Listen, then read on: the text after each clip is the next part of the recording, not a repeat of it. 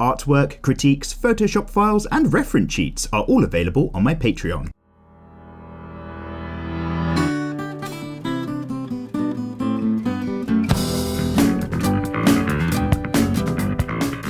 Well, hello there, my salubrious friends. I hope you're all doing bloody well. My name's Mikey, and welcome along to another episode of Draw With Mikey, episode 111. 111. Guys, how are you doing? For those of you who are a bit new, hello there. My name's Mikey. Wait, I said that. And this is the super casual midweek series, where basically it's my opportunity to catch up with you guys by reading through the comment section below. Also, it's super casual, swear word alert, spoiler alert. I'm just going to be drawing whatever for an hour and talking, and maybe you guys are getting your own artwork and things done in the background as well. So hi.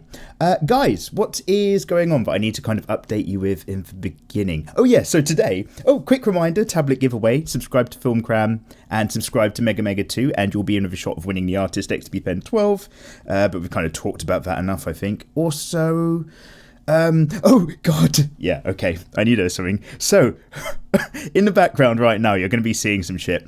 We had our first ever go at drawing a furry live on stream a while ago. It was a twofer. It was also one of my first few attempts to completely start to finish a random drawing in a single sit-down live stream session. So yeah, we're going to hell, everybody. Satan guided my hand. We've entered the world of furrydom. Don't worry, it's not my new hardcore focus for the channel or anything like that, but we've certainly started experimenting. My mother would be proud. So yeah, SCORBUNNY is happening. Deal with it or love it. We're not here to judge. And anyway, that really is it. So let's just go ahead and start reading through the comment section. I did ask you guys last week to let me know what any anime and manga that you're currently reading or watching. So I've got my notepad file ready as ever to steal all of your fantastic suggestions. Oh, actually, no, here we go. This was the main thing. So guys, last week I got called out about being behind on Patreon in the chat section to last week's DWM. But it's not like a complaint. It was completely legit. Oh, and also guys, can you hear that? Get yourself a cup of tea or coffee. I recommend it. So Jazz says, because this is the theme, guys, we have a conversation, right? I don't recommend anybody donate to this guy on Patreon at the moment. This guy still hasn't sent out the rewards from October. He's now 6 months behind, and apart from the occasional apology, or I'll get the rewards out as soon as I can, he's been absolutely blank on Patreon. And then basically, because you write a bit of an essay, dude, you kind of go on to say, look, I'm not being a dick about it, but you're not delivering on the product. So it's kind of really a valid comment. So, wait, where is this other bit? Something. Odds are that this post will just get wiped, but as long as one or two would-be consumers see this before he deletes my comment, I'll consider it a job well done. Well, Jazz, that's not the vibe of DWMs, don't worry. Like, you've got to take the good comments with the bad, and this isn't like, if it was a hate comment or something, yeah, I might delete it for being a dick, but it's nothing like that. You've got a legitimate gripe. So, instead of deleting it, what I did is I actually hearted it so that it sits right at the top of my comment section, just so very specifically I could actually address that with you guys today in today's episode. So basically, a few nitpicks. I'm not 6 months behind. That's fine. I'm essentially 3 months behind, but there was no point in me getting in the comments to that comment and being like, it's not 6 months, it's 3, because, you know, it's like saying, hey, I didn't drown 6 puppies in a burlap sack, I only drowned 3 puppies. See, I'm not such a monster after all. Whereas really the essence of your complaint is completely valid, so there's no point going into that sort of stuff. Apologizing but not really keeping up to date. Yeah, well, that's just kind of how I am. Like, so one thing that I had, and by the way, no, you are completely right, I should be more communicative to the patrons, you're absolutely correct there, but my attitude towards it was very much, how to put it, one of my pet peeves on YouTube was when YouTubers go quiet for a bit and then they just make an apology video for not uploading many videos. And it's just like, instead of making this video saying you've not been uploading, just make actual fucking content. So in a really similar manner, I explained to everybody, and by the way, this isn't like a secret, I've been behind on Patreon, I talk about it all the time. But we've just finished, oh my god, we've finished Spider-Gwen, finally. Anyway, I'll come back to it. So basically, yeah, I don't want to just keep posting on Patreon, just being like, oh, nearly there again, because it's like, well, you already know the score. But I appreciate, depending on your outlook, maybe you want to hear more from me. So anyway, Jazz makes a very valid complaint on there. Yeah, indeed, behind on that Patreon stuff. But no, like, it was a legitimate comment, and the whole point is of the DWMs, it's my my opportunity to touch bases with you guys and actually have a chat with you. So, no, dude. No, I completely understand where you're coming from. No ill will, of course, and I am getting on it. But if you follow me on the Instagram and the Twitters and all the things, finally I've completed Spider-Gwen. My God, my relationship with that piece wasn't amazing. So, yeah, we're wrapping up those bits, and then there's the December, January, February crowd. Obviously, March doesn't get sent out until next month, and I'm kind of like throwing in a lot of old content that I've still got, because I lost a lot of old stuff when I dropped hard drive. This is a different story now. But I've still got a load of older bits that I still get requests for, like, can you send this piece or that piece from way back? So I'm going to include a few of those in the next few months of catch-up packs until we're up to date, just to be like, hey, here's some extra stuff and ting, because, yeah, I've been really, really bad at keeping up to date. But again, much love to each and every one of you. So, on with the rest of the comments. Hopefully we've at least kind of put a bit of a spotlight on what is, you know, absolutely legit issue. All of the Sloth says, I sure hope they recorded that, and in a time code. So I'm assuming, because the time code's quite late in the day, it's probably me complaining about Amazon or Amazon Prime. Oh no, Amazon Prime's great. Or it's probably me saying that I finally bent over to it. I'm now an Amazon Prime customer. I'm still in my first free month, because I'm doing the trial. But that next day delivery is pretty fucking good. Anyway, Deestro Anito says, could you please make a tutorial about how to draw kataras, wings and tails for anime and manga girls? Ooh, I didn't realise they had a term. When an anime and manga... Adding that to the notepad file. When an anime and manga girl has wings, they become a katara. I'll look that up later, dude. And Serge Bell says, Amazon Prime, gods have blessed you. Ah, yes. Okay, that was what I was talking about last week. D's Nuts GT says, how are you going to contact the giveaway winner? Ah, D's Nuts. So, basically, because the tablet giveaway is as simple as be subbed to Mega Mega 2 and be subbed to Filmcram, no other requirements, what I do is, when I'm in those channels, I can bring up a list of all of my subscribers. So I'm just going to have both lists together in Excel. And Microsoft Excel can do like a lookup, and it'll basically say, it will tell me if somebody's name in one list also appears in the second list. So that way, I'll separate out everybody who's definitely subscribed to both channels. And then I just put it in, it's like t.random or trandom.org, something like that. Basically, it's just a website where you can put in a list of information and then it will just randomly sort it at the click of a button. And then I just pick the random person from the top. So pretty much just like that, good sir. That'll be happening at the very end of the month. Winner announced in the, first or second video of next month, whichever one's most convenient. I'll announce it on there. I'll make sure I tweet about it. I'll make sure I save it in an Instagram post that the winner has been selected, because usually it's a case that the winner has to get in touch with me, because it's not actually that easy for me, if you guys just have really basic YouTube channels, for me to get in touch with you. And after the debacle of not being able to hear back from the last winner, then I'm just going to try to, as loudly as possible, just be like, you! Get this tablet! Take this thing! Receive it! Anyway, so that's the game plan. Hopefully I've been transparent enough. Tran says, I'm waiting for the day that Mikey will draw a dude. Oh, I get this shit all the time. Let me have a sip of tea. Oh, my goodness. Okay, fine, I don't draw guys. If that's what you want to think, that's fine. I can't keep arguing this case. It's like me just doing lewder and lewder content. At first, everybody was just like, hey, Mikey draws lewd content. And I'm just like, well, I don't really. And then after a while, I was just like, fine, okay, I'm going to start drawing lewd content. I've only validated the statement. Anyway, what I just want to say is, how's life in the lunchroom, Frankie? It's all right. Poor Frankie. Anybody? Any Futurama fans out there? That is quite possibly, because it's always stuck with me. Frankie here thinks he's a lunchroom robot, so we put him to work in a lunchroom. That's possibly my number one favourite moment in all of Futurama, and I think Futurama is fantastic. And whilst we're on a topic, I think possibly, and I'm not talking about whole episodes or big long story arcs and things, just these little micro moments and jokes.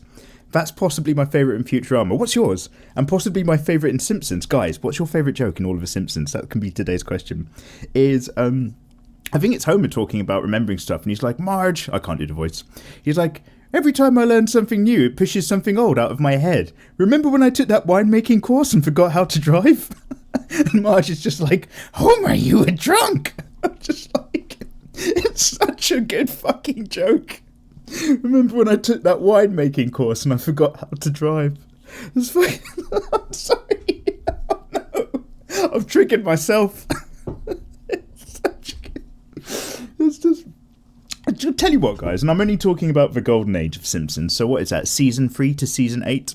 But I used to watch Simpsons as a kid, and I used to find it funny at face value. And then when I watched Simpsons when I grew up a bit, I just found it funny for all of that meta shit that it was doing. It's genuine, like, 2 tiers of comedy. Like, it caters to 2 completely different audiences and to how it used to present itself. I mean, I know it's apparently a shit show now. I stopped watching it a long time ago. Guys, what's your favourite Simpsons joke? Sorry, guys. So the main focus for anybody who is new and thinking, what the fuck is going on? Yeah, you're not going to learn much around here. It's just me touching bases with you guys and maybe some artworks happening in the background. But I am going to do my best to now power through and make sure I'm reading as many of your comments as possible. Not Now says, well, you and Shadman inspire me to draw some more debauchery. Thanks, Mikey. You're welcome. And Isaac Bankston says, do the Scottish Pokemon trainer, please. Oh, Isaac. Wait, so somebody's told me that somebody showed me a video which is like Pokemon in Scottish, so it's like a redub of just people being, Scottish and rude to each other. But is there actually a Scottish person who is now a Pokemon trainer? Because in my day, there was Ash Ketchup, Misty Rains, and who is the old guy who always was hanging around with those kids? Brick Tamner? Something like that. So yeah, I don't know who all the characters are these days, but maybe we will have a look. Anyway, so you want more Pokemon? You want more Pokemon girls? Have this instead. Have SCORBUNNY FURRY all up in your business.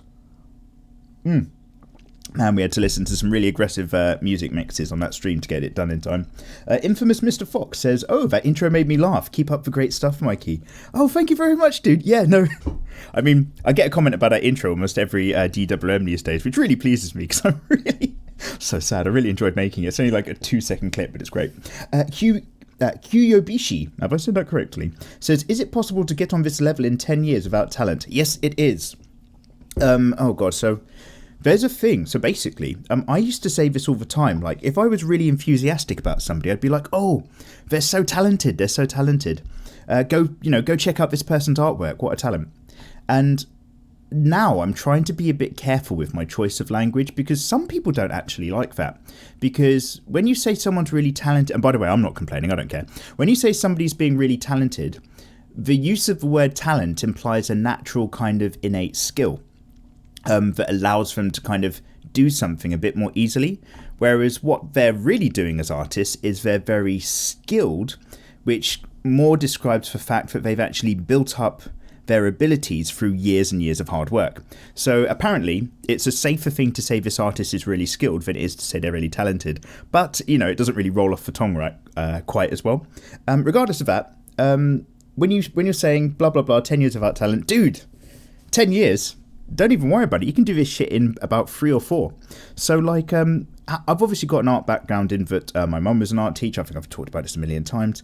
But basically, oh my god, and we are not going to go down this side conversation of, is it worth paying for an art course? Is it worth going to art school? Everybody's different and everybody works in different ways. If somebody turned around to me and said, was university worth it? I would say, no, absolutely not. I could have done anything else in my life. But the experience you get as a person going to a different part of the country or a different country altogether and interacting with types of people you've never met before and just becoming a little bit more robust and dealing with different things and dealing with different challenges on your own, that's very fucking important. There's too many sops who have lived at home their entire lives and they're just wet flannels.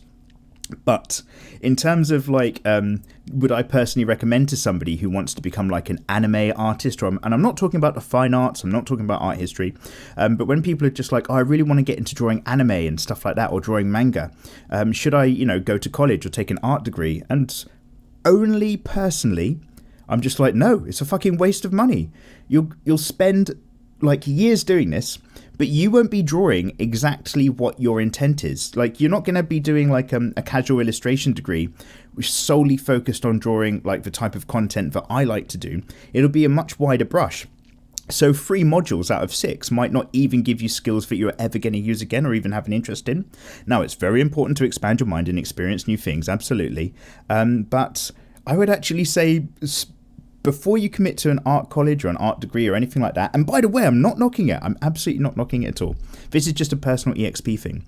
I would say, be aware that all of this knowledge, all of the things they teach you, is available for free. Like, it's on the internet, and I'm not knocking teachers, and I'm not knocking the fact that some people can't teach themselves. Some people need to be told what to do. This, again, not hating.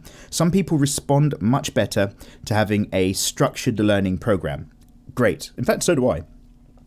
But if you're somebody who is able to manage their own working day and set their own standards, as in I want to learn this and this month, and I want to focus on that, and I want to learn this type of thing, then you can get all of that resources and material for free. I'm one of the people who makes this kind of content. Like, you don't, oh god, because I'm just fucking education system, man. It's a fucking money machine, especially in the UK when they up the prices. This is a personal gripe now. Oh my god, he's not going to start talking about the Tories again. So basically, in the UK, it's much more expensive to become educated now in a university degree than it used to be. It's like, it's a massive jump. It's well over 3 times more expensive. And the problem is that going to university became far too accessible in the UK. So everybody was getting degrees and getting educated, and then nobody was actually finding work because everybody had a degree. But also, it meant that the amount of people enrolling in the army and doing manual labour tasks was dropping. There was a shortage of people taking on apprenticeships and all this sort of stuff. So the government basically said, look, if we keep doing this in 20 years, we're not going to have an unskilled labour force. We're going to have too many educated people who aren't employed. So the government then just went, okay, let's just make getting into higher education really fucking difficult again. So, oh my god, this is getting political. So all of your middle classes and upwards can still afford it, that's fine. But all of the pros, the proletariats and the third class, my kind of crowd, are now priced out of higher education so that we can all go back into manual labour again, which is, again, not knocking anybody who's got any fucking job. I'm not that kind of guy. But basically, it was the government making the conscious decision to reduce the amount of choices and options British people have in life. That's literally what happened. In order, for the greater good, right? Oh my god, how did I get on this topic? Did I say I was going to read through your comments? Anyway, so... Oh my god! It was Kuyobishi just saying, is it possible to get to this level in 10 years? I'm so sorry I've gone on a massive tangent, dude. Just started outing a load of gripes. Basically, yeah, man. So that was it. What I was saying is, if you want to pay for an art course or like go into art studies, fantastic. If you know what you want in life, do it. But be aware that you might want to just take 1 year, firstly, and this is only if you're somebody who's good at managing their own lives and their own time. Why don't take a year, firstly, and follow every free tutorial you can. Look at every single, because you'll never watch all of them in a year. So much free content, YouTube videos, online tutorials, people live streaming their own artwork. There's live art sessions that people do on Twitch where you draw along and you ask them and you submit your own artwork and you get feedback. Why not, my personal option is, why not do the free thing first that costs you no money to do?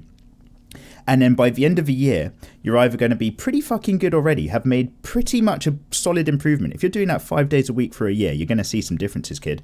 Don't get cocky. But at least then you can go, right, now I know I want to take a proper course and actually put a load of money towards it, than putting a load of money in first and realising it's not for you a little bit later down the line. That is just my outlook. I'm not saying that's the one right answer for everybody. Oh my god, I'm so sorry. I keep saying that I need to stop doing the sidetracking. But the thing is I'm always just like, right, let's talk as quickly as possible, just so I can read as many of your comments. But the problem is I can talk a little bit quicker than I can think. And that does mean that my mouth goes off onto tangents. It gets my brain into trouble later. K-Dog Sammer says, I literally just found this. And I'm like, what the fuck? This is an hour long? I just wanted some Sobble fan art. 20 minutes later, working on drawing. Oh wait, this is really addicting. Subscribes. K-Dog Sammer. Welcome on in, good sir. I do try to make quicker content, K-Dog. I do make fan art Fridays. They used to be called Sexy Anime Saturdays, but YouTube doesn't like those titles. Where I do just do actual time lapses of video footage. I still try to make those. Next one should be Spider-Gwen. Oh my god.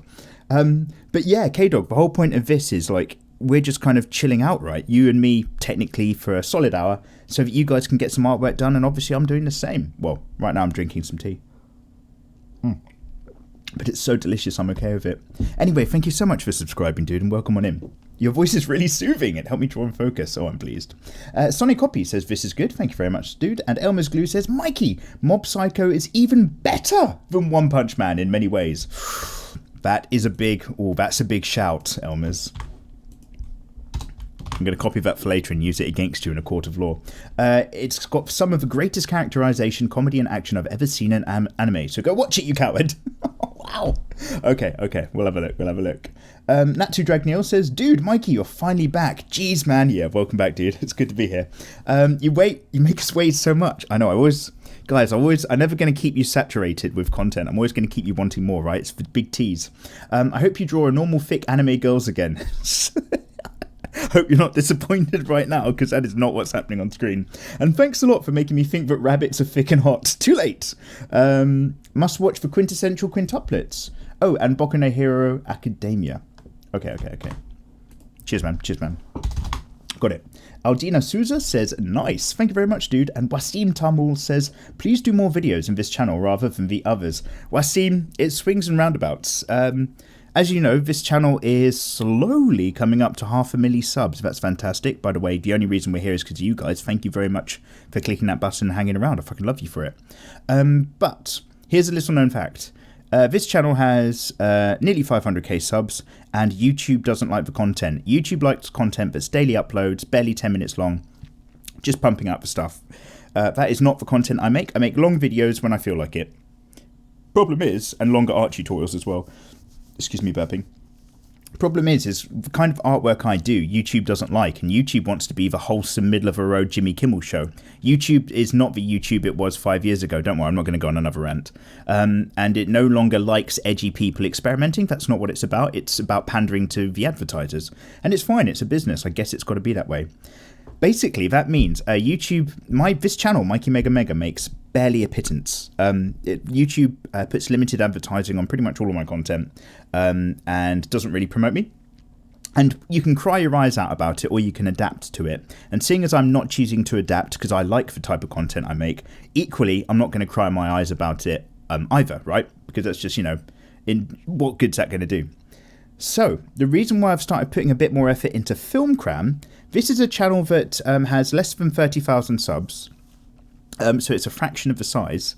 But because my content on Film Cram is all about Game of Thrones, which is, a really popular trending topic, it's got barely any videos on there, but they are of a completely different nature. So YouTube promotes the shit out of those. It really likes the content. It thinks it's really good and engaging just because it's got the right keywords in there.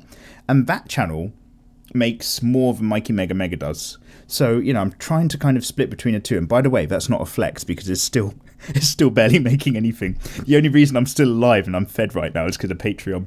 But the only reason I've got to basically react to that, because I enjoy making both. So I might as well, take my pleasures where I can find them, ladies, and make content for both of these channels, even though I know you guys want me to hang out here more. And I am coming back, so don't worry. This isn't we're not slowly shutting down this channel or anything. This is the place that keeps me sane. I love drawing.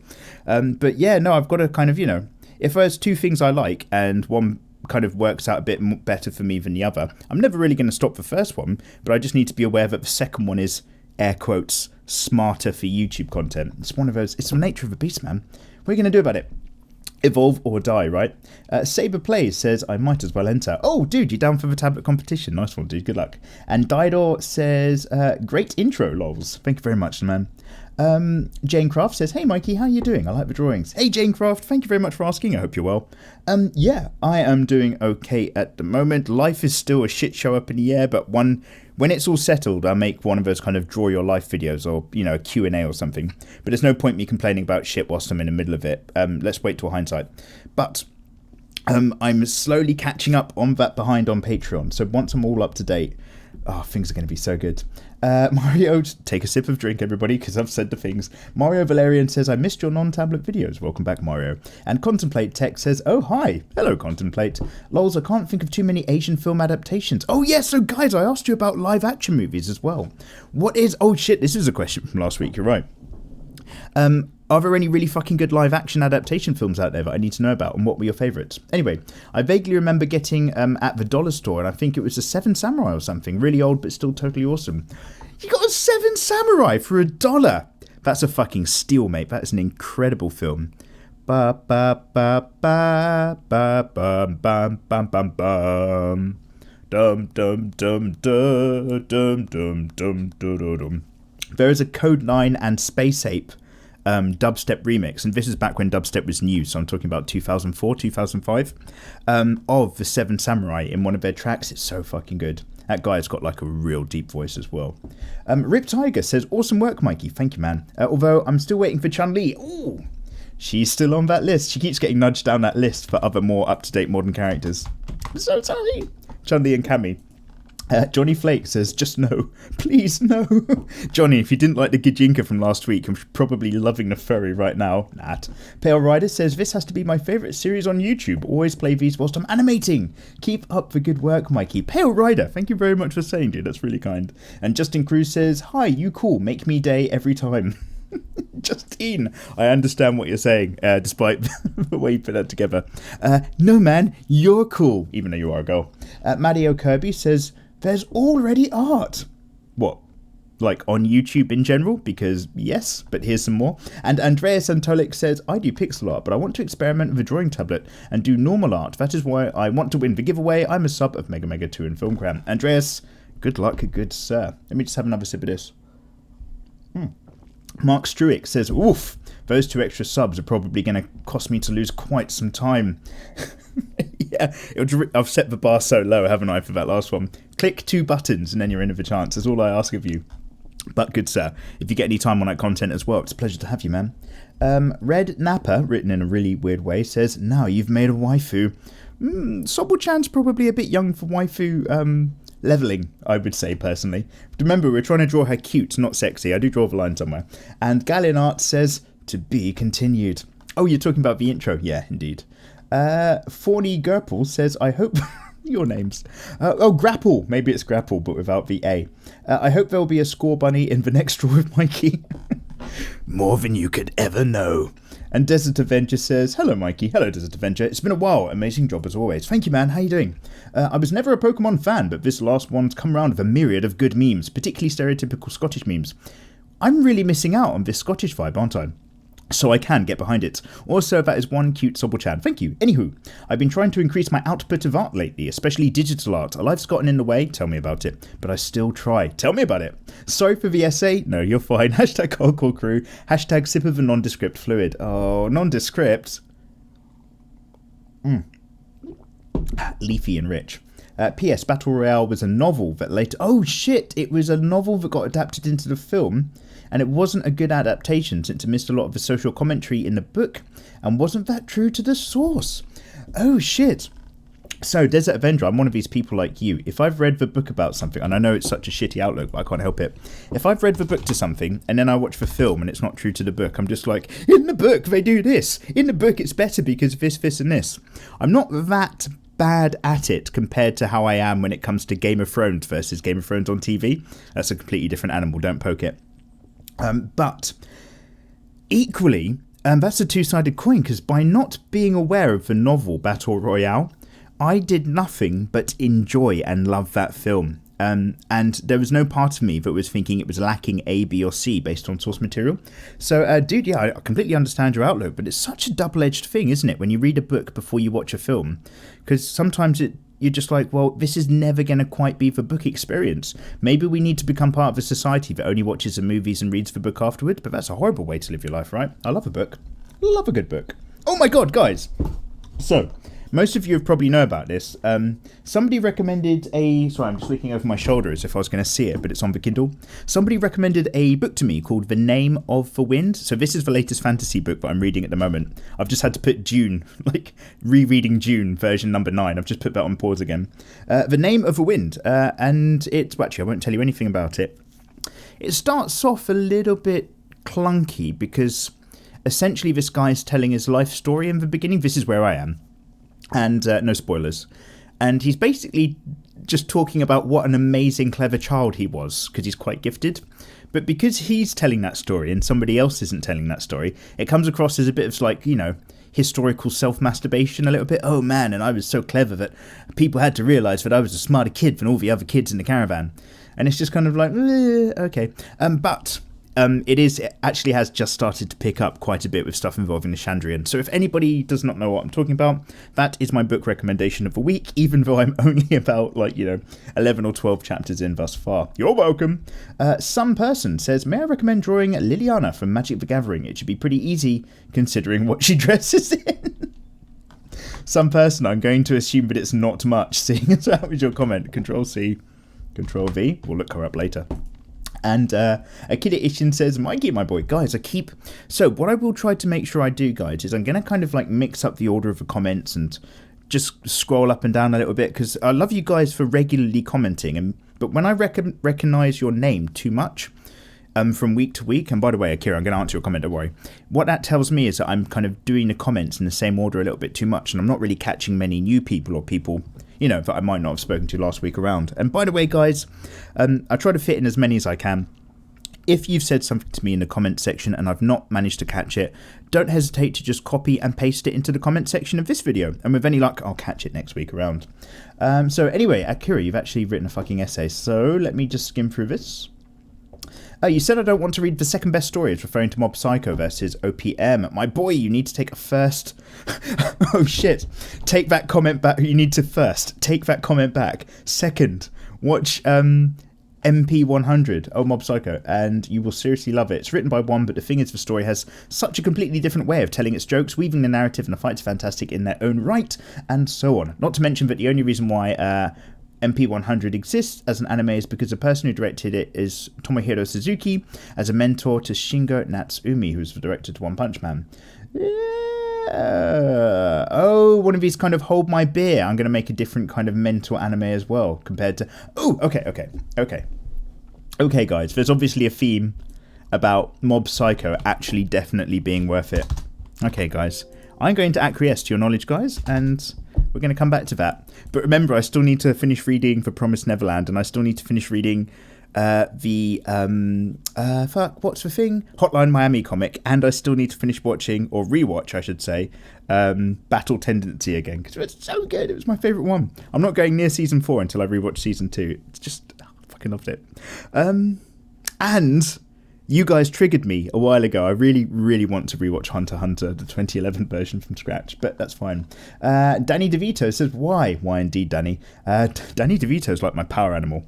The older I get, the more I look like him. And I'm totally okay with that. Confused Chaos says, Scorbunny is clearly the superior starter Pokemon, but hey, it's good to see Mikey back. I feel like it's been forever since I've seen anything from him. It had been a while. Welcome back in. Is YouTube suppressing his videos again? Of course they are, Confused Chaos. They don't like me on this channel. Nightly Chaotic says, for some reason, after saying that you don't allow yourself to buy tattoo guns when you're drinking, this image of you waking up one morning covered in self-administered tattoos has me laughing. Hashtag don't do it, Mikey. Yeah. What was it? Tattoo guns and paintball guns are on my things that I'm not allowed to buy when I'm drunk. You're absolutely right. First live-action Japanese film, not counting all the Godzillas as a kid, for me was Fist of the North Star. Holy shit! I heard that film was garbage. Like, it was truly awful. It was pretty much horrible, you continue to say, but the scene where the dude sticks his fingers through the hero's chest in painful slow motion was straight out of the anime, and that was awesome. Oh, I might watch it just for that. You cannot hold your right hand with your right hand, Mikey, only your left, unless you have two right hands. Oh, hey, so last week, somebody was like, what can you hold in your left hand that you don't hold in your right? So it was a riddle. Fuck. So, okay, guys, so I didn't quite understand that was a riddle, and I tried answering it as a legitimate question that I just thought wasn't written very well. So it's like, what do you do with your left that you tend not to do with your right, in a very general sense? Like, take notes with one hand but type with the other. It's just a fucking riddle. I had that completely wrong. Okay, my eyes are open. It was knowledge, everybody. Indiana Jones 4 again. Knowledge! The treasure was knowledge all along. Oh my god. Fucking gophers. Let me just sip this. Bendy Poker says, do you animate? No, I do not, good sir. I've made one animation, which is a horrific crime of a thing, somewhere in the annals of this channel, but artists that I gratefully respect... Gratefully? Incorrect. Artists that I greatly respect, including people like Max Grech, have just started their hands at animating really simple stuff with their artwork, and it looks so fucking good. There's another artist called Maya Insane. She started doing it as well. Like, it really is like a next step to really make your artwork have this pop. Even these micro animations, where you make the character blink and there's a little bit of background smoke effect and, you know, one limb moves ever so slightly. It really makes things pop. So I do want to experiment there, but none of that will be happening this year. I've got completely different game plans. Mega merch. What? Orange Plays says, have you learned any Asian languages? If so, what do you think will help the most? I'm learning Japanese and I have to learn a lot of words. So, what do you think will help the most? Orange's Play. As in, which language do you think is going to help? Help with what? Do you want to go to Japan? Do you want to go to China? Do you want to go to many other Asian countries? Or what techniques help you learn Japanese the most? Because, as for me, 俺は、はい、日本語を少し話します。でもさ、たくさんは忘れましたが、そして去年、今年の10月の頃、日本にもう一度行きたいんです。So I've got a little bit of Japanese under my belt, but I found that I was spending a lot of time trying to learn kanji, so I was always writing out kanji from a book, which was, for me personally, a very perfectly fine way of doing it. But it meant that learning their readings by sight, the unyomi and the konyomi, I usually only learnt one reading, or only one reading of the kanji really stuck with me instead of both. So I kind of tested myself, because there's a book called, I think it's Basic Kanjis, but volumes 1 and 2, and then there's Intermediate Kanji. And at the beginning of the Intermediate Kanji book, there's a test. And it kind of basically just proved that my speaking and pronunciation of the readings was really, really low. So I do recommend just get on that grind. If you're a bit like me and you like drawing, and you might like just drawing nice looking kanji in 100 times over till you remember it and remember the stroke order, that's a good way to get those under your belt, and doing that in the background is going to really help with you actually learning. But the best way to learn any language is to be in the country. The second best way to learn any language is to take a class full of native speakers and talk in their language as much as possible and surround yourself with that language. And if you're not doing that sort of thing, you've got to make sure that you're watching Japanese movies and Japanese language animes as much as possible. Just constantly drum all of these keywords and these Japanese phrases, even if you're not catching it at first. Get it in the back of your head as much as you're doing it. So any studies you do, immerse yourself as much in the oral side, A and O, I think, to kind of make sure you've got that part of it. Because the reading and writing you can kind of do, especially if you're like a little bit like me and you prefer a good sit down with a pen and a sheet of paper, then that's always going to probably come a lot more naturally. Things that I really love doing that help just make me feel like I was studying a bit smarter is an app called Memrise. Is it still Memrise? So there used to be, I'm grabbing my phone because I haven't used it in a million years. There used to be an app and a website called smart.fm, and they had, without a doubt, the best free learning applications for Japanese. It's fucking amazing. And then they turned it into it was free for like maybe 3 or 4 years, and then they turned it into a paid private model.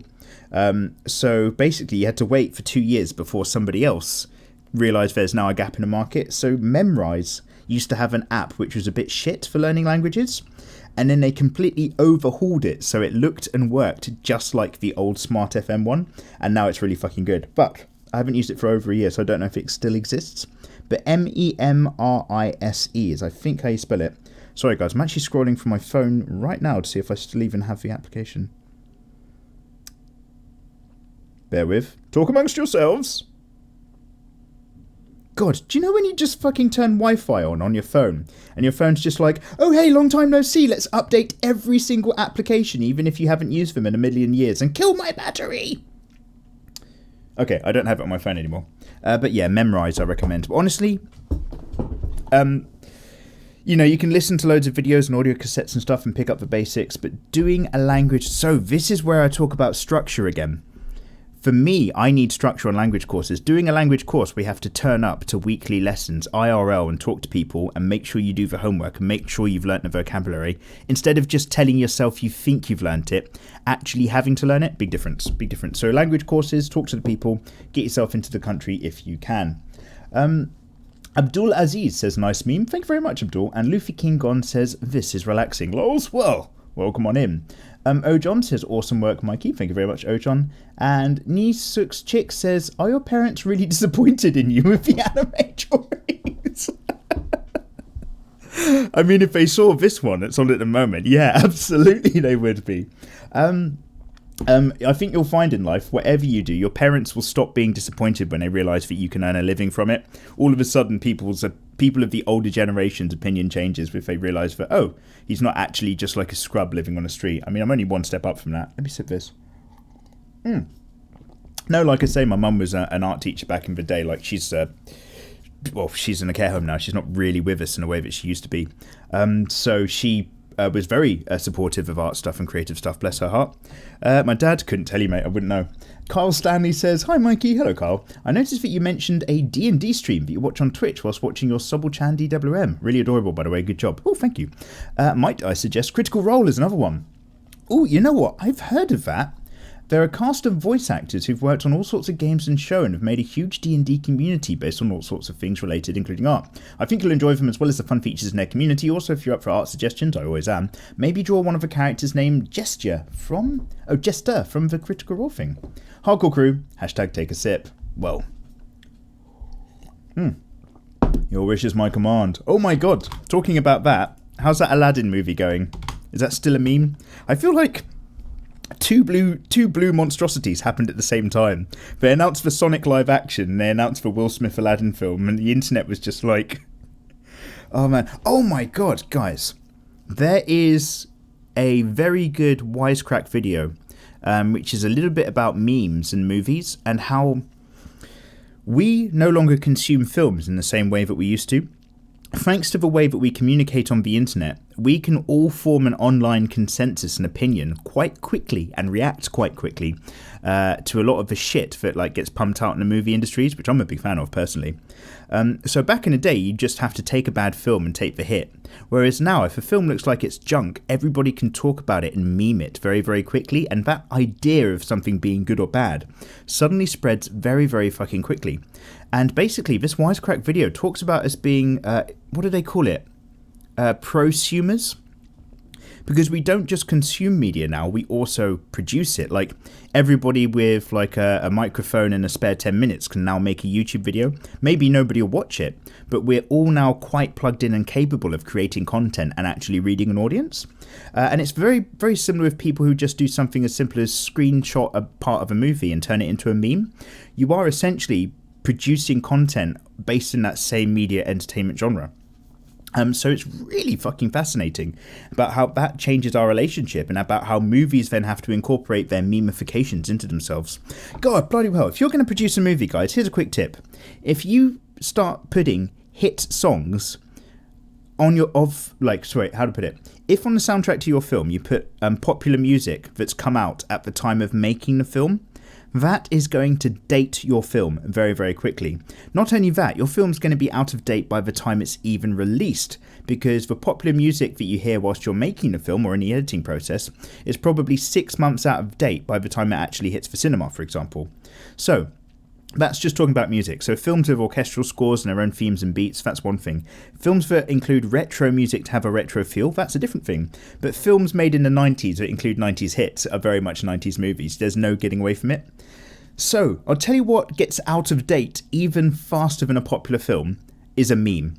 And this is going back to my gripe about Black Panther. I don't think Black Panther is such a great film. I think Black Panther was the kind of movie we're going to look on in 5 or 10 years and realise that it wasn't even okay. And I'm talking about stamping an idealised version of black culture onto a part of Africa that is still full of mutilations and war-torn, fucked up shit that goes on. But hey, we don't need to think about that now, because Wakanda's like a super state and a superpower, and everything's just fine in Africa after all. But that's a little bit of a different gripe that I've got about putting a shiny rubber stamp on real problematic topics. Anyway, oh my god, am I white? This isn't white knighting. That's only when you are a bloke and say that women are equal or something, isn't it? Anyway, I've obviously got to hang up about something. I don't know what it is. What were we talking about? So my other main issue is that there's a bit in Black Panther where one of the characters looks at some guy's Crocs or sandals and she's like, what are those? And it's just like, that was so cringe, because it's just like, hey, we're so on topic with a meme that was already fucking 10 months old or something by the time it came out to cinema, and it's just like, dude, That is not a smart thing to put into your fucking... Okay. We're trying to be relatable. Maybe I'm just being... It wasn't aimed at me. Maybe that movie's just aimed at different people for me, and I'm not quite the right kind of demographic. Brie Larson doesn't care what people like me think. I'm almost 40. I'm 34. And I'm almost white. I'm a little bit brown. So I was almost offended by her comments, but I let it go. Oh, guys, we're working on some Brie Larson Captain Marvelous as well on Twitch. Anyway, it's a complete side thing. Anyway, thank you very much for the suggestions. I think that's what we are going on about. Guys, I have no idea where I was going. Where did I go with that? Anyway, thank you very much, dude. Chari Chai says, hello. I have an anime that you could watch. It's called Luck and Logic. It's an action and fantasy anime. And some of the other animes that I would suggest are fantasy, action, and slice of life, which are Brave Witches, Strike Witches, Flying Witch.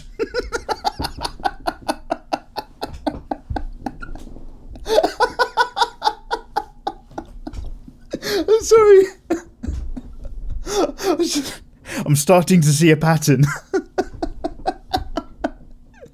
Okay, I'm just gonna look. I'm not gonna read the rest of your comment. Just okay, you like which anime? I'm just gonna control, see. Oh my god, I'm starting to see the code. Yeah, no, thank you very much. I've copied those suggestions for later investigation nonetheless. Culture Tyrant says, I don't know if it counts, but my first Japanese live-action movies were the old Toho version of Godzilla. Yeah, no, I saw some of them way back in the day. Good news, I practiced and I got better at drawing female anatomy, especially Godzilla vs. Destroyer. Godzilla! Okay, yeah, no. You know what, I hadn't even thought about them at all in terms of when I was asking you about your favourite kind of live-action examples. That is such a fucking legacy of films. Oh my god, I'll tell you one that's really fucked up. This is not for kids, by the way, because it's fucking gory and messed up. Lone Wolf and Cub. Oh my god, those Lone Wolf and Cub. If you like your old school Akira stuff, but you're very much one of those Kill Bill children who was brought up watching like old kung fu movies and old Japanese 80s gore horror stuff, Lone Wolf and Cub was a fucking machine of a film series. I think there's like 6 of them. Death by Day Device says, I like JoJo's Bizarre Adventure, but the stands are the mascots and the users are the cities. Yeah, okay. Wait, I know what you're talking about. So guys, I was asking you guys, and by the way, if you've got any more examples, I still want to hear it. I was asking you guys from America, which states famously have like sports rivalries with other states? So I can't quite remember off the top of my head now, but we were talking about like the Cubs versus the Patriots and stuff like that, I think. And I was kind of saying you could do like an anime manga based around American sports college rivalries where all of the mascots are in fact like, you know, giant anime beasts with powers, and like it's an ongoing war like sort of thing, and just use that as a vague idea. But Death by Day Device has taken it one step further and put it into a JoJo's format. So like, you know, I'm assuming that the Cubs, their mascot is like a bear cub or something. So that state could be a particular character that summons the bear cub stand and all that sort of things. I love it. Benedict Larena says, Mikey, play Uncharted 4 on your second channel. It's a super great game. It's a pirate theme and it's absolutely phenomenal. On a side note, your videos have helped me so much and has progressed me so much. Benedict, thank you for the kind words. Yeah, dude. So, guys, I'm just looking at my collection of games down here. I played Uncharted 2, Thieves Among Us. I skipped Uncharted 1 because I only want to play the best of the best games. And I don't mind playing old titles, but it does mean that I have to kind of drop the odd title here and there if it's not technically the best. So everybody said to me, skip Uncharted 1 because the mechanics aren't that smooth. And Uncharted 2 is a much better game, and then keep going from there. So yeah, on Mega Mega 2, the gaming channel, I'm going to be playing Uncharted 3 at some point, and you better bloody believe it, son. We're going to be doing Uncharted 4 as well, further down the line. Still got to play The Witcher 3 to completion. Still got to, oh my god, to completion sounds like an adult term. Still got to play many other RPGs. We're going to be doing, have I said Final Fantasies from 6 all the way through again? Yeah, we've got loads of stuff. We got loads of stuff to be doing, guys. Annie Serenity says, I don't have one of those tablets. They sound cool, so I did all of that. Well, good luck, Annie. Good luck. And Krentz has also said, I've subscribed to both. Nice one. I'm just scrolling down through the comments. Jamie's art book says, awesome. My first Japanese live action was L, the live action spin-off from Death Note. The Asian actor was awesome. Corellian Gamer. Oh, it's you. Hey, dude. Yeah, no, that was all right. That was all right. The Western live action I never watched, but I heard it was a fucking abomination. That is one of those series where I was really into it until about halfway through a particular character is no longer in it. I won't give you any spoilers, even though it's a really old thing. You probably know what I'm talking about. And once they did that, and then it kept going for another, 13 fucking episodes, I was just like, you've lost my interest. You were doing so well, and then you actually lost me. And you could technically end it at that point and be like, shit, a certain character is essentially won. That is amazing. Oh my god, what were we talking about the other day? Guys, I tell you what, so I think this is a topic we're having on stream, or it was something that I said last week in this series. I do get confused between the two sometimes, guys. Oh my god, in Hunter x Hunter right now, and I won't spoil it, but in Hunter x Hunter right now, Gon is not in the series, and there is a very particular reason why he's not in the series. And I'm starting to suspect that it might be possibly the #1 greatest manga in the world, because it was always in my top 5. It was pretty much always in my top 3. It might just about hit #1 spot. If Gon never comes back, Hunter x Hunter might be the best ever fucking written piece of content I've ever seen. And let me give you some context. Bleach. I fucking loved Bleach back in the day. The beginning arc, the story, people being fish out of water and learning about new societies, whilst they're also all coming of age and having to learn what it is to be an adult and have responsibilities, set against this whole new version of the afterlife, so it's got its own rules and its own fiction. Fantastic. Right up to the Aizen situation, world's biggest fucking anime betrayal, fucking, it was me, Dio, sure, but fucking Aizen! Blew my fucking mind. So, all of the Aizen arc I was okay with as well. The adventures into Hueco Mundo, sure, the battle started to get a little bit long, and then the battle over Kamakura Town was it was like the fucking Naruto war again, wasn't it? It just lasted forever. But right up to the end of Ichigo and Aizen, I was on board of Bleach, and I thought it was just a great anime. I understood why it was one of the top 3. And there are a certain series of consequences that need to be suffered because of the amount of power that Ichigo has by the end of that anime. And then what Hunter x Hunter does when this happens is they go, yeah, and now you've got to pay the price. So why don't you have a big think about your life, little boy, and do something else, because this is now a closed road to you. Fucking brilliant. What Bleach did is they went, shit, how can I undo all of the hard work of the last story arc? Oh, the Fullbring arc. Here we go. By the way, there's a completely different type of power that gets donated with these different techniques, and now this is somehow important, even though it's such a shit side story compared to all of the Aizen stuff. And the whole arc is simply there so that by the end of it, Ichigo can be back in the manga again, like at full force. And by then I was just like, you have absolutely lost me. Nothing fucking matters in your world. I see that now, and I'm out. That was when Fullbring me another manga to read, eh? Yeah? Sorry, I say that joke a lot. It's a really bad one. So yeah, fucking talk about consequences and making those consequences stick, and then you've got me. But fucking try to undo it and backtrack your whole manga.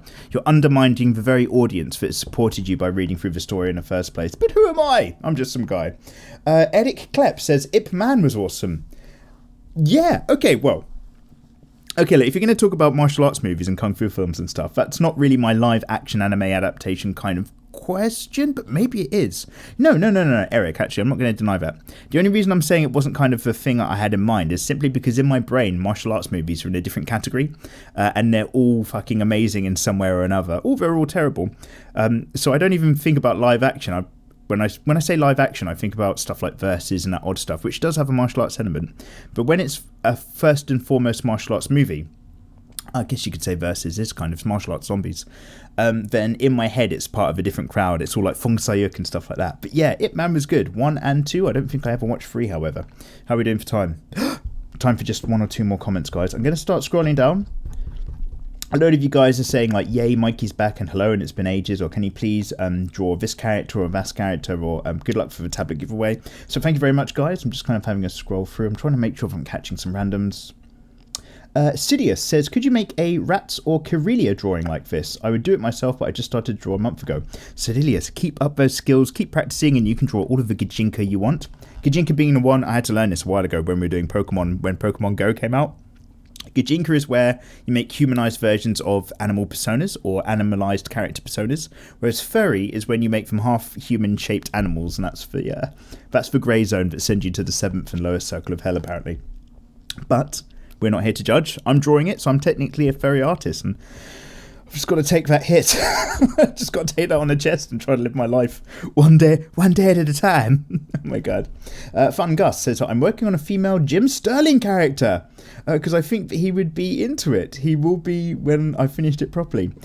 Guys, can you help me out here? Is Jim Sterling a character that you guys all know from an anime or a manga or a live action? Because I know Jim Sterling as a character from a series of YouTube videos where he keeps taking footballs on the face. Does anybody know who I'm talking about? He's like the goalkeeper, and he keeps sort of crowd fucking loves him because he keeps stopping all the penalties, but he keeps like just getting hit right in the nose, right on the face by all the footballs, and it is one of the best fucking videos out there. It's so fucking good. Is that the Jim Sterling you're talking about? Who am I talking about? And who else have we got? Let's just go for another random, you lovely people. Empty One says, I need to get back into drawing. Pencil and paper is what I use, but one day I want to invest in a tablet. Well, good sir, I hope you're in with that giveaway as well. And Yumiko says, I love your art. Thank you very much. I bought a graphic tablet. Oh, excellent, Yumiko.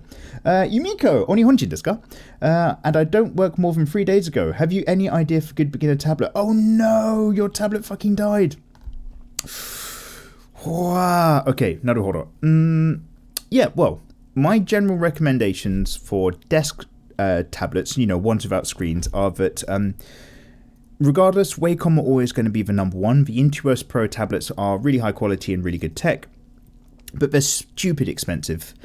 So I tend to recommend things like the XP Pen Deco 03 because it's got some quick access keys. It's got a little ring at the side so you can zoom in and out of your work. You can't go too wrong with a non-screen desk tablet because you're not going to pay a huge amount of money, hopefully, for any one of them. And the tech's all very similar-ish. Just don't buy an older model. Make sure you're buying a relatively new model from any supplier. Those suppliers being Wacom, Huion, or XP Pen are probably the best and safest places to go. When it comes to screen tablets, I've got a world full of opinions, but the main default is, and again, don't go with older models, but my main default opinions are that Huion are probably the most trustable brand, then XP Pen, and this is all these two coming, after Wacom and stuff like that.